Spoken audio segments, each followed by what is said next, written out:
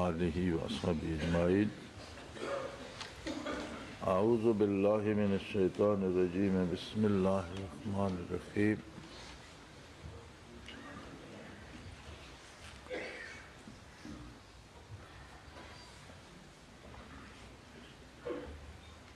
والعصر ان الانسان لفی خسر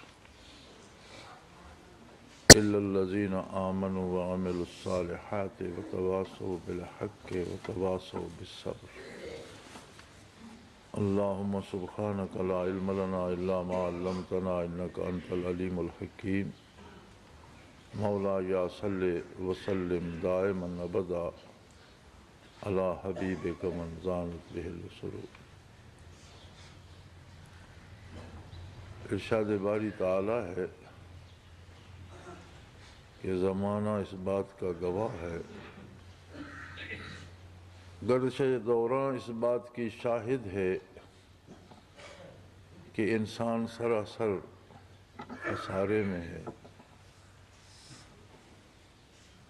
ہر پہلو سے پیدا ہونے سے موت کا انتظار شروع ہو جاتا ہے۔ ہم برتھ ڈے مناتے ہیں اور یہ بات بھول جاتے ہیں کہ موت 1 سال اور قریب ہو گئی۔ دولت جمع کرتے ہیں لیکن یہ خیال نہیں ہوتا کہ سب کچھ رہ جائے گا۔ عالی شان عمارتیں بناتے ہیں لیکن قسمت میں قبر ہوتی ہے۔ تو جس پہلو سے بھی انسانی زندگی کو آپ دیکھیں گے، یقیناً ساری عمر صرف کرنے کے بعد سب کچھ کھو بیٹھتا ہے اور قطعی خسارے میں رہتا ہے۔ لیکن اللہ جل شانہ نے انسان کو نقصان اور خسارے میں جانے کے لیے پیدا نہیں فرمایا۔ فرمایا انسانی زندگی میں ایک راستہ ہے، اگر اس راستے کو اپنا لے تو کبھی خسارے میں نہیں رہتا، اور وہ راستہ ہے ایمان باللہ کا۔ الا الذین، سوائے ان لوگوں کے جنہیں نور ایمان نصیب ہوتا ہے، اور نور ایمان کا تقاضا ہے عمل صالح وعمل الصالحات، عظمت الہی پہ یقین، توحید باری پہ پختہ ایمان، اس کی کتابوں، آخرت، ضروریات دین، رسول اللہ صلی اللہ علیہ وآلہ وسلم کے عالی مرتبے پہ یقین محکم۔ اور جب اللہ کو مانتا ہے، اللہ کے حبیب صلی اللہ علیہ وسلم کو مانتا ہے، تو پھر ان کی نافرمانی کیسے کر سکتا ہے؟ پھر جو عمل کرتا ہے وہ اللہ و اللہ کے رسول کے حکم کے مطابق ہوتا ہے، اور ہر وہ عمل صالح ہے جو اللہ و اللہ کے رسول صلی اللہ علیہ وسلم کے حکم کے مطابق ہے۔ جہاں حکم عدولی ہوگی وہاں عمل سے صلاحیت کی نفی ہو جائے گی۔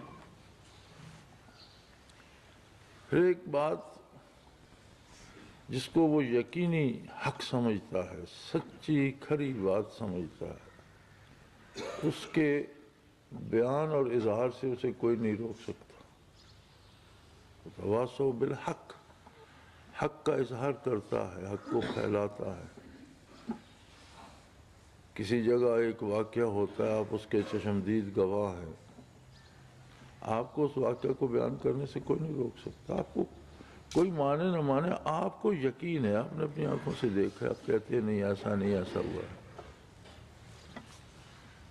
اسی طرح جب اتنے بڑے حق کا انکشاف ہوتا ہے کہ ساری کائنات کا ایک پروردگار ہے، ایک مالک ہے، ایک خالق ہے، ایک رب ہے جو سب کو پال رہا ہے، ایک قادر مطلق ہے جو لمحے لمحے کو اس کی ترتیب کے مطابق اپنی اپنی جگہ پر لگا رہا ہے، ذرے ذرے کو اس کی اپنی حیثیت کے مطابق اس کے مقام پر پہنچا رہا ہے، ہواؤں کو چلا رہا ہے، بادلوں کو برسا رہا ہے۔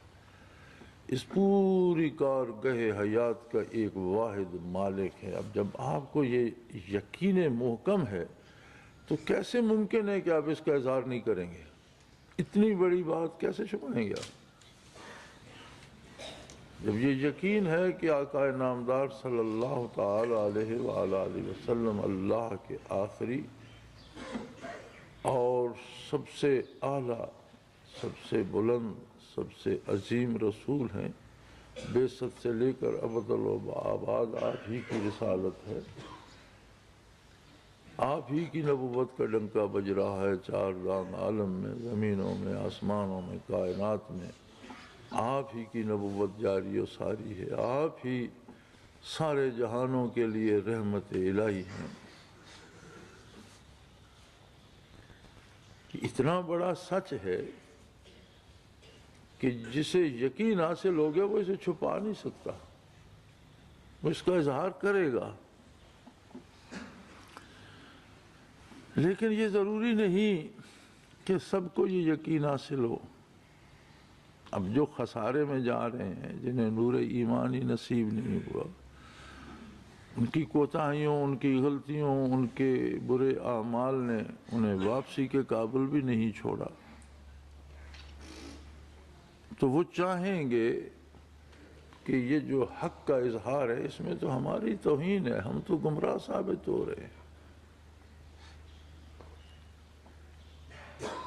ہمیں اپنا دفاع کرنا چاہیے، وہ حق کو دبانے کی کوشش بھی کریں گے۔ یعنی یہ ایک فطری عمل ہے کہ دو طرح کے رد عمل آئیں گے۔ کوئی شخص حق کو قبول کرے گا، وہ تعاون کرے گا، لیکن کوئی اپنی گمراہی پہ، اپنی گمراہی کا دفاع کرے گا، وہ مخالفت کرے گا۔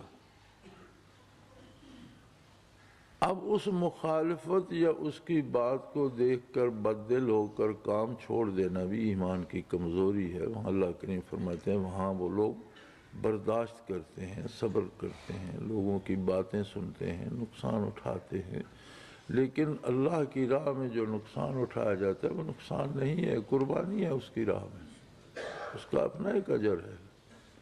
نقصان تو وہ ہے کہ نور ایمان سے بھی محروم رہا اور دنیا جمع کرتا رہا، اور ایک وقت میں ساری دنیا بھی چھوڑ کر خالی ہاتھ جانا پڑا۔ تو یہ ایک ترتیب ہے قرآن حکیم کی۔ قرآن حکیم میں بھی مذکور ہے جہنم کے حالات اور جنتیوں کے، حدیث شریف میں وارد ہے، جس کا مفہوم ہے کہ ایک شخص کو لوگ جہنم کے درمیان دیکھیں گے، اس کا وہ پیٹ بڑھ کر پھٹ گیا ہے، ڈھیر لگا ہوا ہے اور وہ چل نہیں سکتا، اسی کے گرد گھوم رہا ہے اس طرح بیل کی طرح، اور جہنم میں جل رہا ہے۔ تو وہ بڑے حیران ہوں گے، وہ کہیں گے یار تم تو بڑا دین کی باتیں کیا کرتے تھے، لوگوں کو نصیحت کیا کرتے تھے، اور تم تو بہت اچھے آدمی تھے، اور وہ کہاں گئی تمہاری ساری وہ محنت؟ تو وہ کہے گا میں لوگوں سے کہتا تھا، اپنی فکر نہیں کرتا تھا، میں ساری عمر لوگوں سے کہتا رہا، اور اسی جرات میں رہا کہ اتنا کام دین کا کرتا ہوں، میری کیا ہے۔ تو یہ ایک دیدہ دلیری بن جاتی ہے۔ ایک تو آدمی جانتا ہی نہیں ہے اور اس نے گناہ کیا، اور ایک آدمی جانتا ہے، دوسروں کو اس گناہ سے روکتا ہے، پھر خود کیوں کرتا ہے۔ ہم پورے ملک پر نفاذ اسلام چاہتے ہیں، ہم پوری دنیا پر نفاذ اسلام چاہتے ہیں۔ الحمدللہ بڑی نیک تمنا ہے، لیکن اگر ہم اپنے وجود پر اسلام نافذ نہیں کر سکتے تو ہم اپنے دعوے میں جھوٹے ہیں۔ یہ کیسے ممکن ہے کہ ایک شخص چاہتا ہے کہ پورے ملک پر اسلام نافذ ہو، لیکن جب اپنی باری آتی ہے تو اپنا کام اسلام کے خلاف کرتا ہے؟ تو یہ تو پھر ایک سیاسی نعرہ ہو گیا، دین نہ رہا۔ اللہ کریم کا یہ احسان ہے کہ کسی کے دل کو، کسی کے سینے کو اپنے نام سے روشن کر دے، یہ وہ قوت ہے جو حقیقی یقین عطا کرتی ہے۔ دلائل سے عظمت الہی کو ماننا عقل مان لیتی ہے، عقل کے پاس ماننے کے سوا کوئی چارہ ہی نہیں۔ خرد نے کہہ بھی دیا لا الہ تو کیا حاصل، دل و نگاہ مسلمان نہیں تو کچھ بھی نہیں۔ جو ہم سوچتے ہیں، جو ہم چاہتے ہیں، جو خواہشات اور آرزوئیں نیاخانہ دل میں جنم لیتی ہیں، وہ مسلمان ہونی چاہیے۔ جہاں ہم دیکھتے ہیں اس چیز کو اسلام کی نظر سے دیکھا جائے۔ ہم میں ایک اور خرابی آ گئی ہے کہ ہم شدت پسند اور انتہا پسند ہو گئے۔ اگر ہم نیکی کی طرف آئیں گے تو پھر اپنی پارسائی کو ظاہر کرنے کے لیے حلال چیزیں بھی چھوڑ دیں گے، مباح چیزیں بھی چھوڑ دیں گے، گھر کے کام کاج رہ گئے، بیوی بچے تڑپ رہے ہیں اور یہ حضرت ہیں کہ نیکی کے زوم میں بیٹھے ہیں یا نیکی کے زوم میں بھاگے پھر رہے ہیں۔ تو جس طرح جس چیز کا حکم شریعت میں نہیں ہے اسے اختیار کرنا جرم ہے، اسی طرح جس کا حکم شریعت میں ہے اور اباحت ہے، جواز ہے، اسے چھوڑنا بھی ایک جرم ہے۔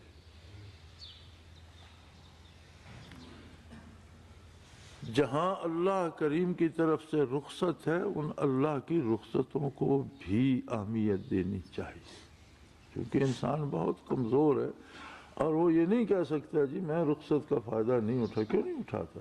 ایک شخص سفر میں ہے، نماز قصر ہو گئی، وہ خواہ چار پڑے گا تو ہوں گی نہیں، وہ قبول ہی نہیں فرمائے گا۔ اس نے کہا میں نے قصر کا حکم دیا، تم کون ہوتے ہو اس پر اضافہ کرنا؟ اب یہ کوئی بہادری نہیں ہے کہ ہم سفر میں اور صلات کو قصر نہ کریں۔ کیوں نہ کریں؟ ہمارا فیصلہ تو نہیں ہے۔ اگر ہمارے فیصلے ہوتے پھر تو ہم ساری بدل دیتے۔ ایک شخص فارغ ہے، وہ فجر کے 2 فرض کیوں پڑھے؟ وہ 10 رکعتیں 20 رکعتیں پڑھ سکتا ہے، اسے کوئی کام نہیں۔ تو اس طرح تو سارا نظام تباہ ہو جائے گا۔ ہماری فرصت و فراغت پہ نہیں ہے، اس قادر مطلق اور احکم الحاکمین کے فیصلے پہ بات ہے۔ اور جتنا عزیمت میں ثواب اور قرب الہی ہے اتنا ہی رخصت میں بھی ثواب اور قرب الہی ہے کہ وہ بھی اللہ کی اطاعت ہے۔ تو ہم نیکی کے زوم میں گرفتار ہو جائیں تو ہم اپنے اوپر خواہ مخواہ کی چیزیں لادتے چلے جائیں، جس کا نتیجہ یہ ہوتا ہے کہ آخر بد دل ہو کر سارے کو چھوڑ بیٹھتے ہیں۔ اسلام دین فطرت ہے، انسانی تخلیق اور اس کی استعداد اور قوت کے مطابق ہے، اس کے مزاج کے مطابق ہے۔ ہم اپنے مزاج کو نہیں سمجھتے، وہ بنانے والا ہم سے بہتر جانتا ہے، بہت بہتر جانتا ہے۔ ہم طبیب کے پاس جاتے ہیں، وہ ہماری نبض دیکھ کر بتاتا ہے کہ جی آپ کے مزاج میں تو پہلے گرمی ہے، آپ نے 2 سیر آم چوس لیے تو آپ تو بیمار ہوں گے، آپ کو تو کوئی ٹھنڈی چیز لینی چاہیے تھی۔ ہم اس پہ اعتبار کر رہے ہیں، مزاج ہمارا ہے، وجود ہمارا ہے، اعتبار اس پہ کرتے ہیں اس لیے کہ ہم سے زیادہ جانتا ہے، اس کے مطابق وہ پھر ٹھیک بھی ہو جاتے ہیں۔ تو جو خالق ہے مزاجوں کا بھی وجودوں کا بھی، وہی بہتر اور صحیح جانتا ہے۔ جو کرنے کا حکم دیا ہے وہ عین مزاج انسانی کے مطابق ہے، وہ کرنا چاہیے۔ جہاں رخصت دی ہے وہاں رخصت کرنی چاہیے، وہ عین ہمارے مزاج کے مطابق ہے۔ جہاں روک دیا ہے وہاں رک جانا چاہیے۔ اور یاد رکھیں، جو بھی شخص یہ چاہتا ہے کہ واقعی دین اسلام پھلے پھولے اور میں بھی اس میں حصے دار بنوں اور اس کا اجر اللہ مجھے بھی دے، سب سے پہلے اس کے لیے ضروری ہے کہ اسلام کو اپنے اوپر نافذ کرے، اپنی زندگی کو اسلام کے قالب میں ڈھال لے۔ اسلام محبتوں کا مذہب ہے، نفرتوں کا نہیں۔ اسلام ساری نوع انسانی کی بھلائی چاہتا ہے۔ اسلام نے جنگ ختم کر دی اور جہاد کا تصور دیا۔ جنگ اور جہاد میں بہت بڑا فاصلہ ہے۔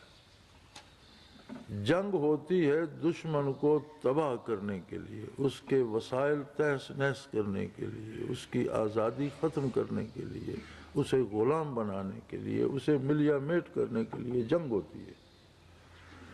جہاد ہوتا ہے اس کو گمراہی سے بچا کر سیدھے راستے پر چلانے کے لیے، اسے ظلم سے روکنے کے لیے۔ جب وہ ظلم سے باز آ جائے تو اس پر تلوار نہیں اٹھائی جاتی، اس کے انسانی حقوق نہیں چھینے جاتے، اسے زندگی کی سہولتوں سے محروم نہیں، اسے رسوا نہیں کیا جاتا، اس کی انسانی جو عظمت اللہ نے اسے دی ہے وہ نہیں چھینی جاتی۔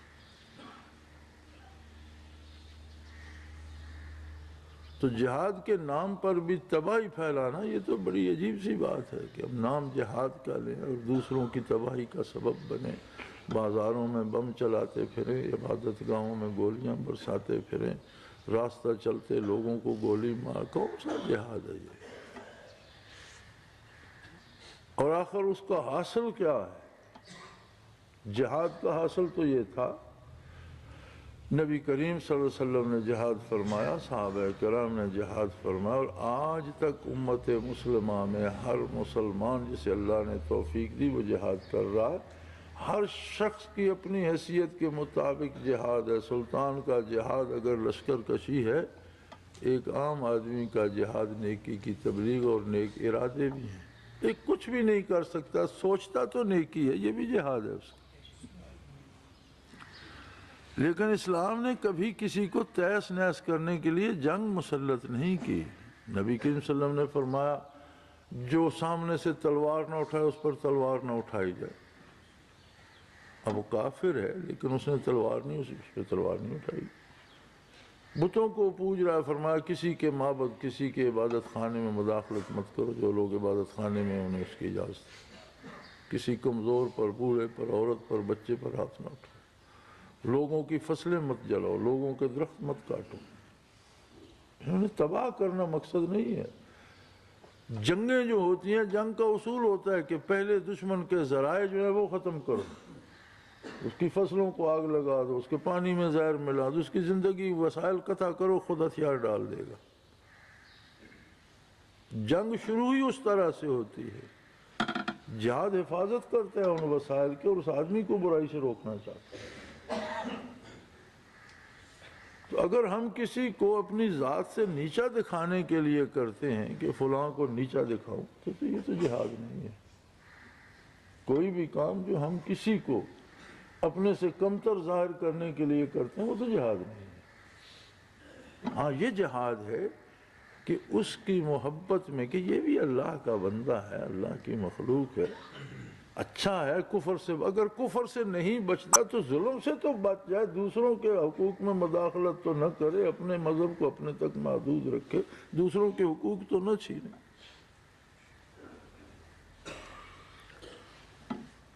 تو اس سب کے لیے ضروری ہے کہ آدمی اپنے آپ کو سب سے زیادہ پابند کرے شریعت مطہرہ کا۔ اگر عملی زندگی میں مثبت تبدیلی نہیں آتی تو ذکر بھی کرتا رہے، پتہ نہیں کیوں پھر اس کا ذکر لا حاصل جا رہا ہے، اس پر فائدہ مرتب نہیں ہو رہا، کہیں کوئی کمی تو ہے۔ چونکہ محاسبہ تو عملی زندگی کا ہوگا۔ ہاں ایک بات ضرور ہے، اگر ہم بھی برائی ہی کر رہے ہیں تو دنیا میں فساد بڑھے گا، کیونکہ برائی کا ایک اثر تو برائی کرنے والے پہ ہوتا ہے کہ اس کے نام اعمال میں گناہ لکھے جاتے ہیں، ایک اثر ماحول اور معاشرے پہ ہوتا ہے جو پوری دنیا کو متاثر کرتا ہے۔ تو اگر ہم دنیا میں ظلم روکنا چاہتے ہیں تو اپنے آپ کو شریعت کا پابند کر لیں کہ ہماری وجہ سے تو دوسروں پہ مصیبتیں نہ آئیں، اور اگر ہم خود بھی برائی ہی کر رہے ہیں تو ہم بھی اس آگ میں مزید ایندھن ڈال رہے ہیں۔ ظہر الفساد فی البر والبحر بما کسبت ایدی الناس، سمندروں پر خشکیوں پر فساد بھڑک اٹھا لوگوں کے کرتوتوں کی وجہ سے۔ لوگوں کا کردار ایسا تھا کہ ہر جگہ فساد کی آگ بھڑک اٹھی۔ تو اب اگر ہم دیکھتے ہیں کہ روئے زمین خانہ جنگی کی لپیٹ میں، اور ہر بندہ دوسرے کو قتل کرنا چاہتا ہے، عجیب بات ہے، اسے جانتا ہے یا نہیں جانتا، اسے پہلے اس نے دیکھا ہے یا نہیں، لیکن ہر آدمی یہ چاہتا ہے کہ میں دوسرے کو قتل کر دوں۔ کیا تماشا، کیا ہو گیا؟ میں اگلے دن دیکھ رہا تھا جنگ عظیم دوم کے واقعات، سیٹلائٹ پہ دکھائے جا رہے تھے، دیکھ رہا تھا تو بڑی اچھی بات نبی کریم صلی اللہ علیہ وسلم نے فرمایا الحکمت ضالۃ المومن، دانائی کی بات مومن کا گمشدہ سرمایہ ہے، جہاں سے ملے لے لو۔ تو وہ ایک آدمی سوال کرتا ہے ایک کمانڈر پر کہ مجھے یہاں کے حالات بتاؤ۔ وہ کوئی ایک صحافی قسم کا بندہ ہے، اس کے پاس کیمرہ بھی ہے، وہ جنگ کی تصویریں لے رہا ہے، اور انہی تصویروں کو اب دکھایا جاتا ہے ترتیب دے کر، فلم بنا کر۔ تو اس سے پوچھنا چاہتا ہے کہ میں آپ سے حالات جاننا چاہتا ہوں، تو اسے ایک جملے میں سارے حالات بتا دے۔ وہ کہتا ہے everybody is here to kill everybody. بڑی سادہ سی بات۔ اس نے کہا یہاں جتنے لوگ ہیں سارے دوسرے کو قتل کرنے کے لیے ہیں، بس سب کا ایک ہی نشانہ ہے کہ میں دوسرے کو ماروں، اور کچھ بھی نہیں ہے۔ اور کیا لکھو گے؟ Everybody is here to kill everybody. تو وہ تو جنگ کی بات تھی۔ اب ہم کیا زمانے امن میں یہ نہیں دیکھ رہے؟ اپنے ملک میں دیکھ لیں، یوں نظر آتا ہے کہ everybody is here to kill everybody. اگر یہ آگ جو جنگوں میں شعلے بھڑکتے تھے، وہ بھڑکتے بھڑکتے ہمارے گھروں تک اور دیہات تک آ گئے، اس کا مطلب ہے کہ یہ ہمارے گناہ، ہمارے کردار کی پستی اور ہمارے جرائم کی سزا ہے۔ تو کم از کم اس میں بڑی حکایات لکھتے ہیں ان لوگ، اور سبق آموزی کے لیے علماء نے بھی لکھی۔ شیخ سعدی رحمۃ اللہ علیہ نے بڑی حکایات لکھی۔ مقصد تھا کہ لوگوں کی اصلاح ہو۔ تو ایک واقعہ کہیں میں نے دیکھا، اس کی سند ہے یا نہیں، لیکن واقعہ عجیب ہے کہ جب نمرود نے سیدنا ابراہیم علیہ السلام کو جلانے کے لیے بہت بڑی آگ جلائی اور انہیں اس آگ میں پھینکنے کا ارادہ کیا، تو ایک چڑیا تھی، وہ کہیں دور سے تالاب سے چونچ بھر کے لاتی اور ہوا سے وہ چند قطرے اس آگ پہ پھینک دیتی۔ تو اس سے کسی نے کہا کہ بے وقوف، یہ میلوں میں ایندھن جمع ہے اور اسے آگ لگا دی گئی ہے اور کوئی قریب نہیں جا سکتا، تو یہ جو ایک قطرہ تو پانی کا چونچ میں، اس سے آگ بجھ جائے گی۔ اس نے کہا نہیں، مجھے پتا ہے آگ تو نہیں بجھے گی، لیکن اللہ مجھے آگ بجھانے والوں کو شامل کر لے۔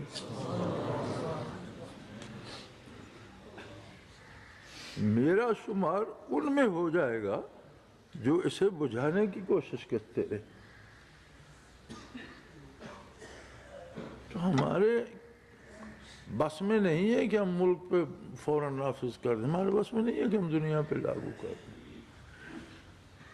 لیکن ہماری تمنا، ہماری آرزو، ہمارا درد دل، ہمارا خلوص ہمیں ان میں تو شامل کر سکتا ہے جو حق کو پھیلانا چاہتے۔ تو میرے بھائی، اس زوم میں مت رہیے کہ ہمارے فلاں پیر صاحب ہیں اور ہماری فلاں جماعت ہے اور ہمارے فلاں منازل ہیں، ہمیں کیا جو جی چاہے کرتے رہے۔ نہیں، کوئی بندہ بھی بے مہار نہیں ہے، زندگی بے لگام نہیں کی جا سکتی، اس کی حدود و قیود ہیں۔ انسان وہی ہے جو انسانی حدود و قیود کو مد نظر رکھتا ہے، اور اگر ان کی پرواہ نہیں کرتا تو زندگی جانور بھی بسر کرتے ہیں۔ اسی لیے قرآن حکیم میں فرمایا گیا کہ جو حدود و قیود کی پرواہ نہیں کرتے اولئک کالانعام، یہ تو جانوروں جیسے ہیں، چوپوں جیسے ہیں، بلکہ ان سے گئے گزرے، بل ہم اضل، یہ ان سے گئے گزرے کہ جانوروں کو تو یہ احساس و شعور ہی نہیں دیا گیا، ان کا احساس ہی اتنا ہے جانور جتنی اسے انسانی شعور دیا گیا اور یہ جانور بن گیا، یہ تو اس سے بدتر ہے۔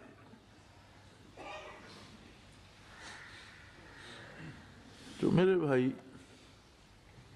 انسان سے کوتاہیاں ہوتی ہیں، کوئی بھی فرشتہ نہیں ہے، ہم سب انسان ہیں، اور عہد نبوی علیہ صاحب الصلاۃ والسلام سے ہم بہت دور ہیں۔ اب 15ویں صدی چل رہی ہے، بڑا لمبا فاصلہ ہے، اور جو فاصلہ بڑھتا ہے وہ کیفیات اور وہ برکات حاصل کرنا مشکل ہوتا جاتا ہے، اور دوری بہت سی یادوں کو مٹا دیتی۔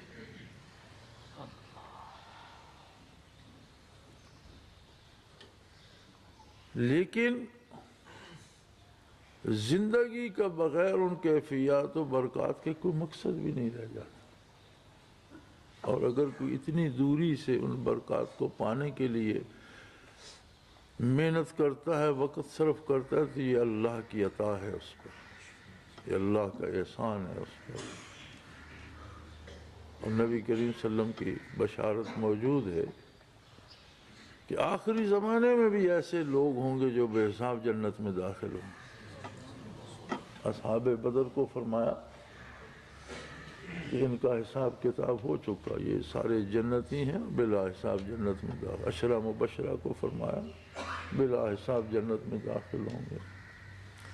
آپ صلی اللہ علیہ وسلم نے فرمایا کہ مسلمانوں کی ایک جماعت قسطنطنیہ کو فتح کرے گی، اور وہ جماعت بلا حساب و کتاب جنت میں داخل ہو۔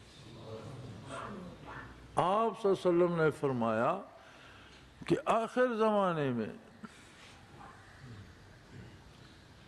ایک مارکہ حق و باطل بپا ہوگا، جسے حضور اکرم صلی اللہ علیہ وسلم نے غزوۃ الہند کا نام دیا۔ بر صغیر ہند پہ ایک عظیم جہاد برپا ہوگا، فرمایا جو لوگ اس میں شامل ہوں گے وہ بھی بلا حساب جنت میں جائیں گے۔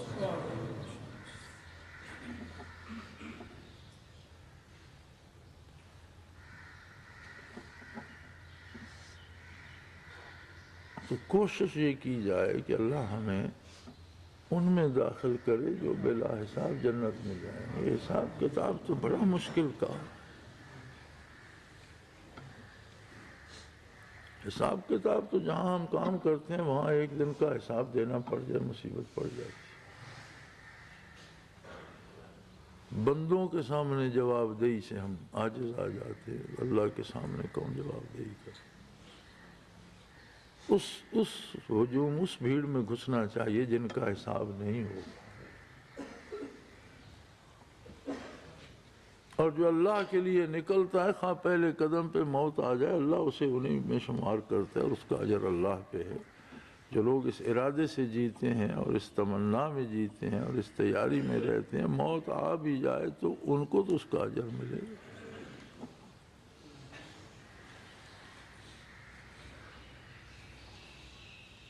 تو بنیادی بات یہ یاد رکھیے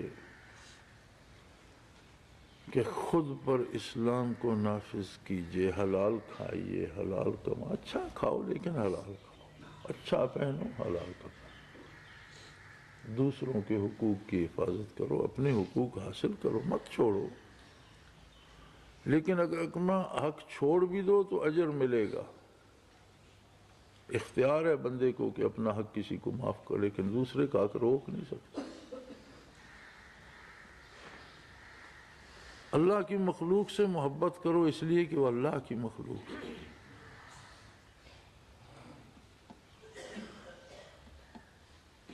اور محبت ہی وہ جذبہ ہے جو مخلوق کی اصلاح بھی کرتا ہے، محبت ہی وہ جذبہ ہے جو انسان کی اپنی اصلاح بھی کر سکتا ہے۔ اللہ سے محبت ہو جائے آقا نامدار صلی اللہ علیہ وسلم سے محبت ہو جائے تو اصلاح ہو سکتی ہے۔ نفرتوں میں بگاڑ ہوتا ہے۔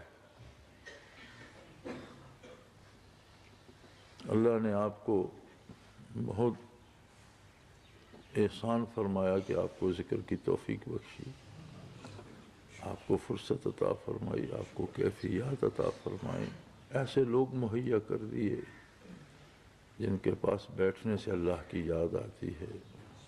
نبی کریم صلی اللہ علیہ وسلم سے عرض کیا گیا کہ یا رسول اللہ جب آپ دنیا سے پردہ فرما جائیں گے تو بڑے لوگ ہوں گے پیچھے، تو پھر کیا کیا جائے، بندہ کہاں جائے؟ آپ صلی اللہ علیہ وسلم نے فرمایا ایسے لوگوں کے پاس جاؤ جہاں جا کر اللہ یاد آئے، ایسے لوگوں کے پاس بیٹھو جن کے پاس بیٹھنے سے اللہ کی یاد آئے۔ تو اللہ کریم کا احسان ہے کہ ہمیں توفیق بخشی، ایسے شیخ، ایسے اساتذہ، ایسے مہربان لوگ، ایسے ساتھی عطا فرمائے کہ جن کے ساتھ ملنے سے اللہ اللہ ہوتی ہے، اللہ یاد آتا ہے، اللہ کا ذکر ہوتا ہے۔ ہر وقت اپنی لغزشوں اور کوتاہیوں پر مغفرت طلب کیا کرو، زبان کو درود شریف سے تر رکھو، دنیا اور آخرت کے لیے اس سے بڑا کوئی وظیفہ نہیں، دونوں جہانوں کے لیے درود شریف سے بڑی کوئی دعا نہیں، کوئی وظیفہ نہیں۔ قرآن حکیم کو اس طرح پڑھو کوئی دن خالی نہ جائے، چند آیتیں پڑھ لو، ایک آیت پڑھ لو، لیکن اس سے تعلق تو رہے، تاکہ نسیاں میں نہ رکھو۔ کوشش کرو جتنی شریعت سیکھی جا سکے، جتنے احکام سیکھے جا سکیں، رزق حلال کے لیے کوشش کرو، عبادت ہے، اولاد کی تربیت پہ توجہ دو، دوست احباب رشتہ دار تکلیف دیتے ہیں، عربی کا ایک محاورہ ہے الاقارب کالاقارب، رشتہ دار بچھوؤں کی طرح ہوتے ہیں، الاقارب کالاقارب، یہ عربوں کا ایک مقولہ ہے کہ یہ برادری اور رشتہ داری بچھوؤں کی طرح ہوتی ہے، کوئی نہ کوئی ڈنگ چب ہوتے رہتے ہیں، لیکن جو اپنے آپ کو انسان جانتا ہے وہ خود تو بچھو نہ بنے، اگر وہ اچھا نہیں کرتے تو آپ تو اچھا کرو، ہم تو اچھا کریں کسی کے ساتھ، اس کی بہتری سوچیں، اس کے لیے دعا ہی کر دیں، اس لیے کہ یہ اچھے برے کا محاسبہ اللہ کی بارگاہ میں ہوگا۔ کسی کو نیچا دکھانے کے لیے دنیا میں کوئی کام مت کرو، یہ اس کی شان ہے کہ مخلوق کو نیچا دکھائے، عظمت صرف اس کے لیے، آپ ہر بار ہر قدم پہ کہتے ہو اللہ اکبر، پھر اس میں اپنا نام کہاں داخل کر لیتے ہو کہ میں بڑا ہوں اور میں نے فلاں کو یہ کر دیا اور میں نے فلاں کو یہ کر دیا۔ کبریائی اسی کو زیبا ہے، بڑا وہی ہے، اور سب اس کے سامنے نہ ہونے کے برابر ہے۔ اللہ کریم ہمیں توفیق عمل دے۔ ایک چھوٹا سا واقعہ سنا کر اجازت چاہتا ہوں۔ اورنگزیب عالمگیر نے کم و بیش نصف صدی حکومت کی بڑے صغیر پر، غالباً ان کا قید حکومت 45 سالوں پہ محیط ہے، اور عجیب آدمی تھا، ذاکر بھی تھا، صوفی بھی تھا، اتنے بڑے ملک کا شہنشاہ اپنی ذاتی غذا کے لیے ٹوپیاں بنتا، کلمی قرآن کریم لکھتا اور چوری وہ بازار میں بیچے جاتے، جو کچھ اس سے ملتا وہ شہنشاہ کی اپنی ذاتی غذا ہوتی تھی۔ عجیب آدمی تھا اور دانا تر آدمی تھا، تو کوئی اس سے دھوکہ نہیں دے سکتا تھا، آدمی جو کچھ کہتا وہ اس کے پیچھے جو کچھ ہوتا اسے بھانپ لیتا۔ ہمارے ملک میں اب بھی ہیں لیکن اب بہت کم ہو گئے ہیں، ایک طبقہ ہوتا تھا جو بہروپیے کہلاتے تھے، وہ بڑے ماہر فن ہوتے تھے کہ وہ جی کوئی کسی کا بہروپ بھر لیا جاگیردار کا، راجے مہاراجے کا، پھر لو لشکر، تو ایسے پتہ چلتا واقعی ویسا ہے، لوگوں کو غلطی لگ جاتی تھی۔ تو ایک بہروپیہ کسی بھیس میں اورنگزیب عالمگیر کی خدمت میں پیش ہوا تو بادشاہ نے پہچان لیا، اس نے کہا بھائی نہیں، پکڑے گئے ہو، تم بہروپی ہو۔ اب ہر فن کے لوگوں میں ایک فنی غیرت بھی ہوتی تھی، احساس ہوتا تھا۔ اس نے کہا یہ تو میرے فن کی توہین ہے، پکڑا جا۔ اس نے کہا شہنشاہ عالم میں کوشش کروں گا کہ میں آپ کو دھوکہ دوں اور میں پہچانا نہ جاؤں۔ بادشاہ نے بڑی خوش دلی سے فرمایا کہ جس دن تم مجھے دھوکہ دینے میں کامیاب ہوگے 2000 اشرفی انعام دوں گا۔ جیسے آج کل امریکہ اسامہ بن لادن پہ کروڑوں ڈالر انعام لگاتے، اس زمانے میں 2000 اشرفی بھی اس طرح کی تھی۔ اس نے کہا جی بالکل ٹھیک ہے۔ وہ وسط ہندوستان میں نیشا پور کے جنگلوں میں جا کر بیٹھ گیا، ویسے ہی دھنی رما کر بیٹھ گیا، کچھ عرصہ تو ویسے گزر گیا۔ پھر آہستہ آہستہ جنگل میں آنے جانے والوں لوگوں کو خبر ہوئی کہ یہاں کوئی بندہ رہتا ہے، بھئی کیسا ہے، بات نہیں کرتا، کھاتے پیتے کبھی نہیں اس کو دیکھا، نماز روزہ کرتا ہے، اللہ اللہ ہر وقت کرتا ہے، نہ اس کے پاس کوئی ہنڈیا ہے نہ برتن ہے۔ تو اس نے ایسا کوئی خفیہ انتظام کر رکھا تھا کہ رات کو چوری چھپے کوئی آ کر کھانا دے جاتا تھا، لیکن لوگوں کو یہی تاثر ملتا کہ نہ اس کے پاس برتن ہے، نہ چولہا جلتا ہے، نہ کھاتا ہے، نہ پیتا ہے، کمال آدمی، نماز روزہ کیے جا رہا ہے، اللہ اللہ کیے جا رہا ہے۔ 2 4 6 مہینے سال میں شہرت دور دور تک پھیل گئی، آہستہ آہستہ لوگ آنے لگے، لوگ زیارت کو آتے، دعائیں کرواتے، نہ کسی سے کچھ دیتا نہ لیتا، نہ کوئی کھانا نہ پینا، کچھ بھی نہیں، جو لوگ لاتے لے جاتے، کچھ نہیں لیتا۔ اتنا ہجوم بڑھا کہ شہرت بادشاہ تک پہنچی۔ بادشاہ ان جنگلات میں شکار کے لیے جایا کرتا تھا، جب شاہی لشکر اس طرف گیا، شاہی سواری گئی تو بات پتہ چلی کہ بھئی اس طرح کا کوئی صوفی، اب بادشاہ خود صوفی ذاکر تھا، اسے شوق پیدا ہوا کہ کوئی ایسا بندہ ہے، اس سے ملا جائے، اس سے پوچھا جائے، اس سے بھی حاصل کیا جائے۔ تو اپنے 1 2 معتمد اور داناتر وزیروں کو جو شاہی بارگاہ میں معتبر تھے انہیں بھیجا، کچھ مال و دولت، کچھ اشرفیاں، کچھ سامان دیا، اور جا کر بادشاہ کا سلام بھی پہنچاؤ، دعا کے لیے بھی کہو، اور یہ نظر بھی بادشاہ کی طرف سے۔ اس نے پرواہ ہی نہیں کی، اس نے پوچھا ہی نہیں کون ہو، کیوں آئے ہو، اس نے بات ہی نہیں کی، اپنے کام میں لگا رہا۔ جب انہوں نے اصرار کیا اس نے کہا بھی اپنا اٹھاؤ اور جاؤ، میرا سامان مجھے پریشان نہیں، میرا وقت خراب نہ کرو۔ چلے گئے۔ انہوں نے کہا بادشاہ سلامت، وہ بڑا ہی عجیب آدمی ہے، اس نے تو کوئی نہ ہماری کوئی پرواہ کی، نہ ہماری سواریوں سے مروب ہوا، نہ مال و دولت کی طرف آنکھ اٹھا کر دیکھا۔ بالآخر بادشاہ کو خیال آیا کہ اس کی زیارت تو کی جانی چاہیے، بات کرے نہ کرے، دیکھیں تو صحیح، محسوس تو کرے۔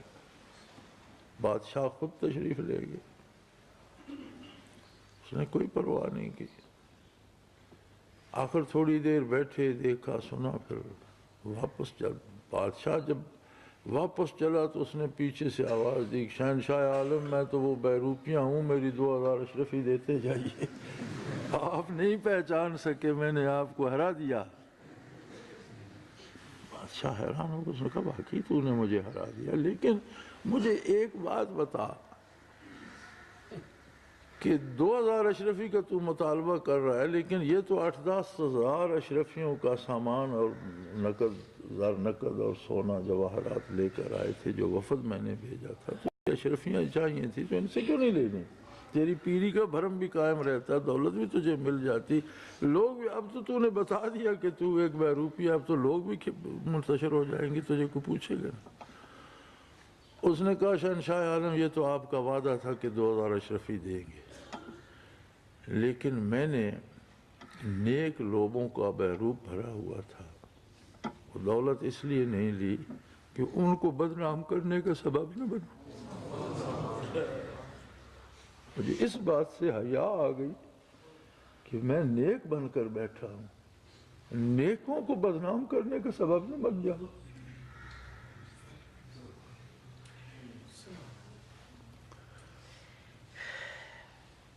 تو ہر شعبے کا اپنا ایک مقام ہوتا ہے۔ ہمیں یہ احساس بھی ہونا چاہیے کہ ہم اہل اللہ کو اور اللہ کے نیک بندوں کو بدنام کرنے کا سبب نہ بنے۔ اللہ کریم ہماری خطاؤں سے درگزر فرمائے، نیکی کی توفیق عطا فرمائے، نیکی قبول فرمائے، اپنی یاد میں زندہ رکھے، اپنی راہ میں موت نصیب فرمائے اور اپنی بارگاہ میں آبرو مندانہ حضوری نصیب فرمائے۔ وآخر دعوانا الحمدللہ رب العالمین۔